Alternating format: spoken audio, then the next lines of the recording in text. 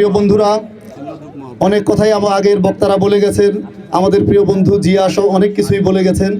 আমার তেমন কোনো কথা নাই, শুধু একটাই কথা, এই ঢাকা 14 আসনে যাকে প্রার্থী দেওয়া হয়েছে তিনি আন্তর্জাতিক মানবাধিকার কর্মী। তিনি যাদের মুক্তির জন্য তিনি জীবন বাজি রেখে সংগ্রাম করেছেন, জীবন বাজি রেখে বিশ্ব দরবারে হেঁটে হেঁটে ঘুরে ঘুরে দাঁড়িয়েছেন, তিনি আজ তাদের জন্য করে আবার দাঁড়ানোর জন্য এই ঢাকা 14 আসনে বাংলাদেশ জাতীয়তাবাদী দল তাকে মনোনয়ন দিয়েছেন।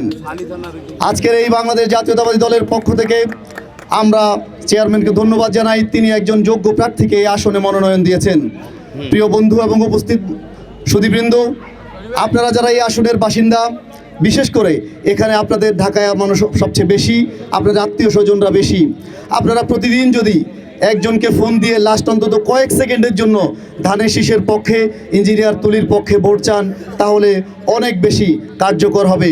এবং আমরা প্রত্যেকেই সকাল সকাল গিয়ে আমাদের নিজের ভোট দিয়ে আমরা কেন্দ্রে অবস্থান করব, আমরা কেন্দ্রে ভোট থাকব, যাতে আমাদের ভোটগুলোকে আমরা সঠিকভাবে আমরা গণে আনতে পারি, আমাদের প্রার্থীকে আমরা বিজয় করতে পারি, এই আশা এবং ধন্যবাদ দিয়ে আপনাদেরকে আমার বক্তব্য শেষ করছি। আসসালামু আলাইকুম।